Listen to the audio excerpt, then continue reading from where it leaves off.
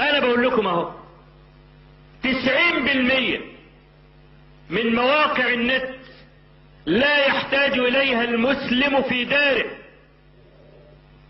انت عندك نت في البيت ليه؟ تعمل بايه؟ ما فائدته؟ ما عامله زي المحمول.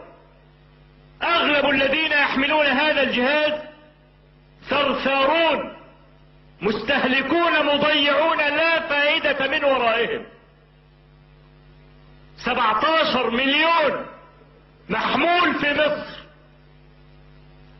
17 مليون ينفقون في العام الواحد 12 مليار جنيه في المكالمات. 12,000 مليون في دولة متخلفة اقتصادها ساقط. محمول ده ظاهرة مرضية لا قيمة لها ولا فائدة. انا افهم ان يكون مع رجل من رجال الاعمال ولا رجل المكالمة الواحدة اذا لم يفعلها كلفته الكثير من الوقت والمال والجهد والعرق. الولاد اللي في الجامعة وفي الثانوي وفي اعدادي وفي ابتدائي كمان بيعملوا ايه بالمحمول؟ عايز افهم يعني لماذا سمح لهم الاباء بذلك؟ هو الاب ده ايه؟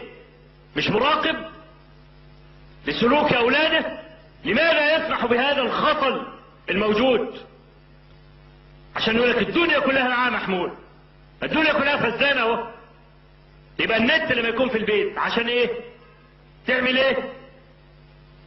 وطبعا لعلكم قرأتم ما يكتب في الجرائد، رجل بس بيراقب اولاده عشان يشوف بيعملوا ايه في النت، فعمل بقى رقم سري والكلام ده عشان كل المكالمات والمكاتبات والكلام ده تتسجل. وبعد اسبوعين حب يشوف الولاد عملوا ايه، واذا به يفاجأ ان امرأته هي التي تكلم رجلا اسقط في يديه.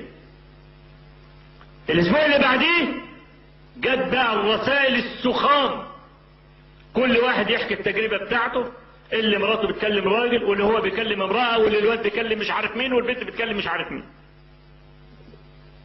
فانا عايز اعرف يعني ده